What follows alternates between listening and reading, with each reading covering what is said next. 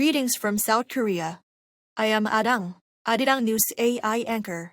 Here is the news making headlines today. South Korea's foreign exchange rate authorities said action will be taken to stabilize the country's FX market.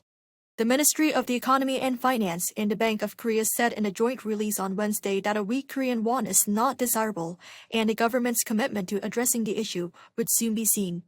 The ministry also announced tax measures to counter the recent weakness of the won against major currencies. Following the announcement, $1 briefly traded at 1,460 won, down more than 23 won since Tuesday's close.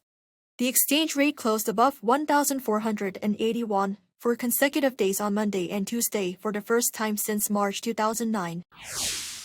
The South Korean government has decided to extend fuel tax cuts for 2 more months in an effort to stabilize fuel prices amid a recent surge in petroleum prices led by the weakening Korean won. The cuts reduce gasoline taxes by 7% and diesel and liquefied petroleum gas by 10%. The government announced that the measure will be extended to the end of February next year, saying it's expected to keep prices down by 57 won per liter for gasoline, 58 won for diesel, and 20 won for LPG.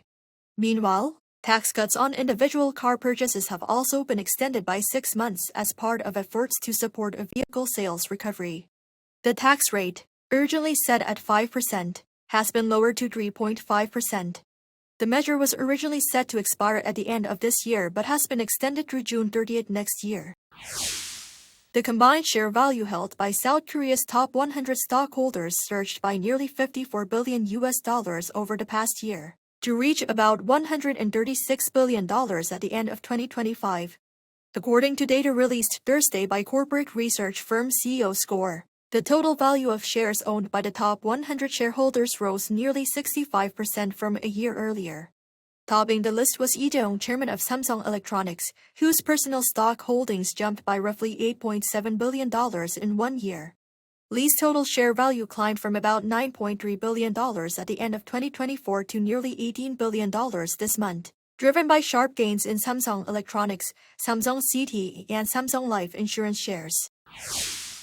Over in the U.S., an initial estimate released by the U.S. Commerce Department's Bureau of Economic Analysis on Wednesday shows the country's economy in the third quarter to have expanded at a 4.3% annualized rate, marking the fastest growth pace since Q3 of 2023. The growth rate significantly exceeded market expectations, as economists had forecast GDP growth of 3.3%. The stronger-than-expected performance was driven largely by resilient consumer spending.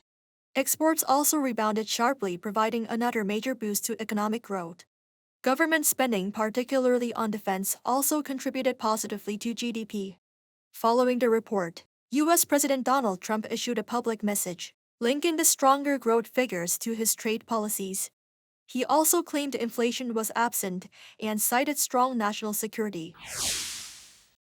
The U.S. Justice Department has released new documents on the late sex offender Jeffrey Epstein, which reveal that President Donald Trump flew on Epstein's private jet more frequently than previously reported. Nearly 30,000 pages of documents were released on Monday in the largest document drop yet.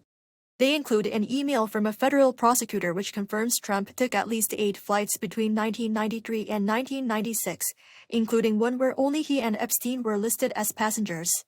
The Justice Department on Tuesday warned the release includes untrue and sensationalist claims, and said a letter claiming to be from Epstein to Larry Nassar was confirmed as fake by the FBI.